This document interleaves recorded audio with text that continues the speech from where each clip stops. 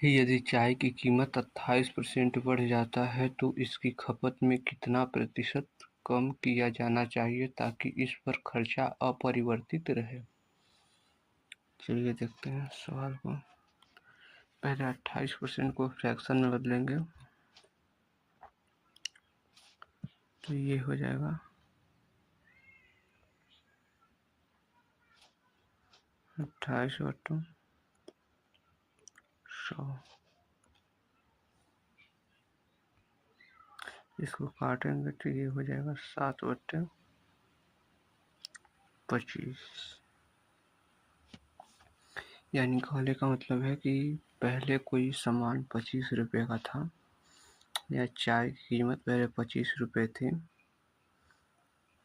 तो अब 7 बढ़कर कितना हो गई, 32 हो गई है। तो वही कह रहा है कि इसे कितना कम किया जाना चाहिए ताकि खर्चा अपरिवर्तित रहे पहले की तरह। तो अगर हम 32 में से 7 को कम कर दें तो हमारा खर्चा पहले जैसा रहेगा।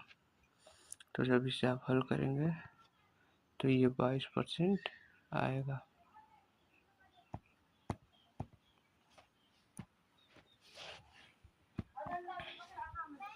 ये कह रहा है यदि के स्क्वायर प्लस 3 फिर और के पे 3 प्लस 5 अभाज्य संख्याएं हैं तो के का मान क्या होगा। यानी के की जगह ऐसा कौन सा अंक रखें जिससे के का मान अभाज्य संख्या हो जाए। चलिए पहले रख के चेक कर ले रहे हैं।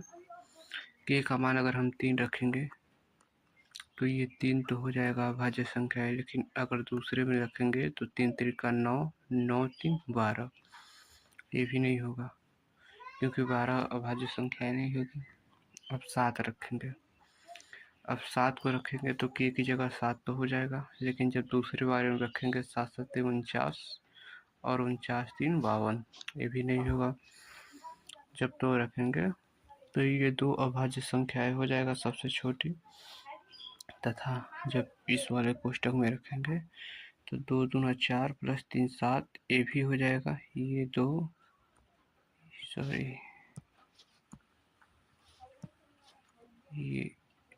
हो जाएगा, ये 7 हो जाएगा, और जब इसमें रखेंगे तो ये हो जाएगा 2 दूना 4 दूना 8, 8 5 13, यानी यही सभी अभाज्य संख्याएं होंगी। ठीक है। कह रहा है यदि राम के धन का 45% सोहन के धन के 50% में जोड़ दिया जाता है तो कुल राशि सोहन के धन का 86% हो जाएगी। सोहन के पास राम के धन का कितना परसेंट है। कह रहा है यदि राम के धन का 45% है, राम के धन का 45% प्लस सोहन के, यस लिख रहे हैं पहले अक्षर बस, सोहन के धन का 50%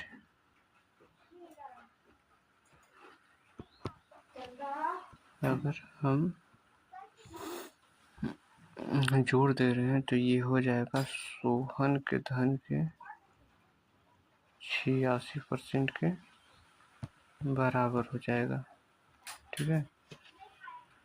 अब इसे हल कर रहे हैं कि राम के धन का 45% इक्वल टू, इसको इधर करेंगे। ठीक है। ये हो जाएगा सोहन के धन का 86% माइनस सोहन के धन का 50%।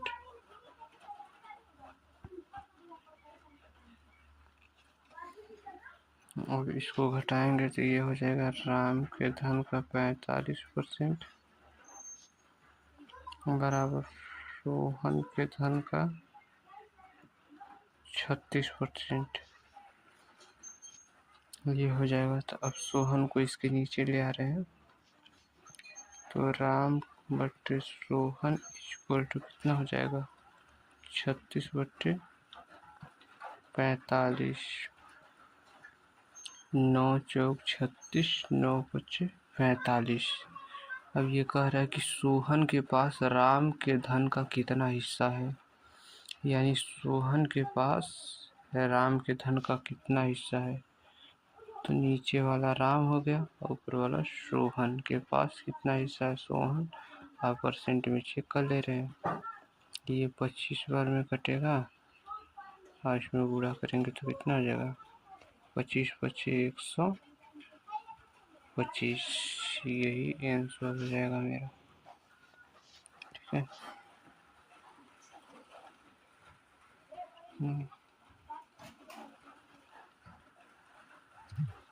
ये लगा दे रहे हैं। इसको हल करने के लिए एक फार्मूला होता है बीजगणित का। देखिए इसमें दिख रहा है सेम सेम सेम है, तीनों सेम है।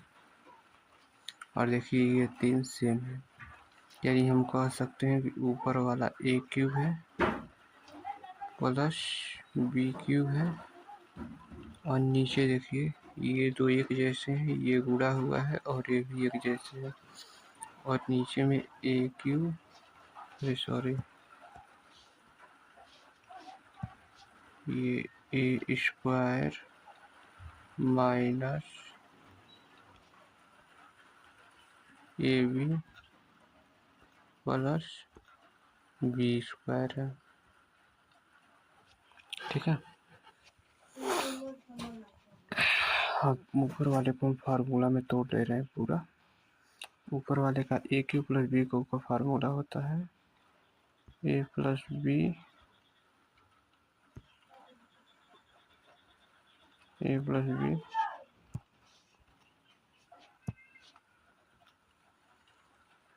और एक क्वेश्चन में हो गया a square minus ab plus b square, और नीचे भी यही है a square minus ab plus b square. और इससे ये कट जाएगा, हम बचेगा a प्लस b बस। ठीक है। अब a प्लस b ये मान लीजिए a है और ये मान लीजिए b है, दो अलग अलग, दोनों को जोड़ लेंगे। जब दोनों का जोड़ेंगे तो आ जाएगा 0.0092। यही आएगा जोड़ने के बाद दोनों का। ये हमारा आंसर है। इसको छोटे में करके लिख दे,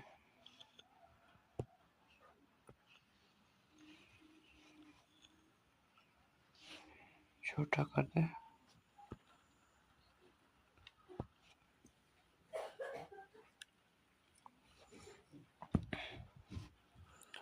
अगला देखते हैं, पांचवी अभाज्य संख्या और 100 के ठीक बाद वाली अभाज्य संख्या का गुणनफल ज्ञात कीजिए। ठीक है। पांचवी अभाज्य संख्या कौन सी होगी, पहली अभाज्य छोटी संख्या होगी आपकी, सॉरी पहली अभाज्य संख्या है जो 2 होगी, सबसे छोटी है पहली है, 3 होगी, 5 होगी, 7 होगी, 11 होगी। तो देखिए पांचवी अभाज्य संख्या 11 होगी, और जो 100 के ठीक बाद वाली अभाज्य संख्या है वो आपका 101 होगा। 100 तो अभाज्य होगा नहीं, सम संख्या हो जाएगी, 101 अभाज्य संख्या हो जाएगी। अब इन्हीं दोनों का गुणनफल पूछ रहा है, 11 गुणे 101, इसका हम गुणा करेंगे तो ये आपका आ जाएगा 1111। ठीक है, ये हमारा आंसर हो जाएगा।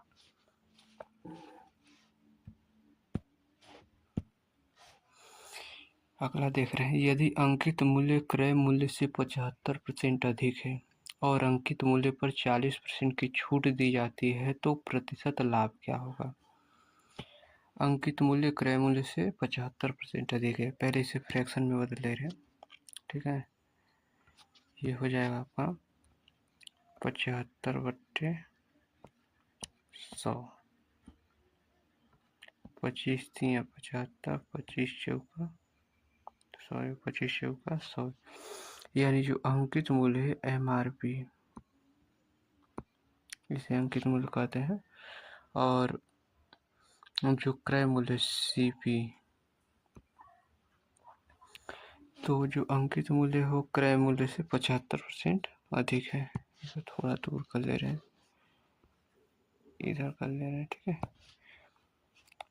75% अधिक यानी 4 रुपया में कोई सामान खरीदा है तो 3 रुपया उससे अधिक है, 7 रुपया छापा हुआ है। अब कह रहा है अंकित मूल्य पर 40% की छूट दी जाती है तो प्रतिशत लाभ क्या होगा। छूट यानी कब दी जाती है, जब कोई सामान बेचा जाता है। और कब किस पे दिया जाता है, MRP पे। तो ये MRP टू SP, ठीक है। 40% को फ्रैक्शन में बदलेंगे, ये 40/100, 20 दूना 40, और ये हो जाएगा 20×5 = 100, ठीक है। यानी 5 रुपये का सामान है तो ये कितना में बेच रहा है, 3 रुपया में बेच रहा है। अब इसे बराबर कर ले रहे हैं, ठीक है। इसका गुणा यहाँ पे हो जाएगा और इसका गुणा यहाँ पे हो जाएगा, तो ये हो जाएगा 7 7 तिरिक 21 और 7 बचे 35 और ये 4 बचे 20, ठीक है। इसको छोटा कर ले रहे हैं।